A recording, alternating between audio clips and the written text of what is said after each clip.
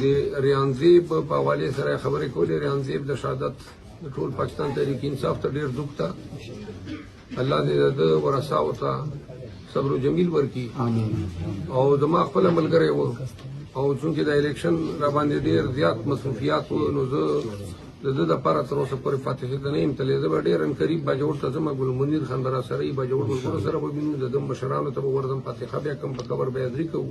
ملګرو که تاسو وګورئ دا زیات تر ملګري وایي چې شاید پاکستان تحریک انصاف هغه د ریحانزیب دپاره څه ونه کړه نو زه به تاسو ته دا ویم چې هغه پخپله په خپل مشکلاتو کې دي.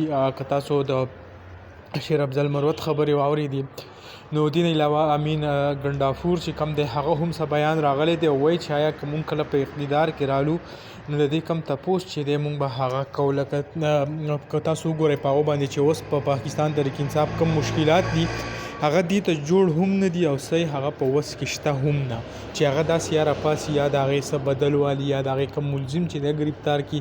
مونږ به ترې ګیله هله کوو چې کله دا په اقتدار کې رااله او را روان دي بس یو څو ورځې تقریبا دي او بیا هم د هغې خلاف څه کاروایي ونه کړه. د ریحانزیب کم بدل چې دی هغه وانغستو د هغې کم ملزم چې دی هغه یې ګرفتار نه کړو نو بیا چې کم دی هغه څه ناڅه ګیله کېږي.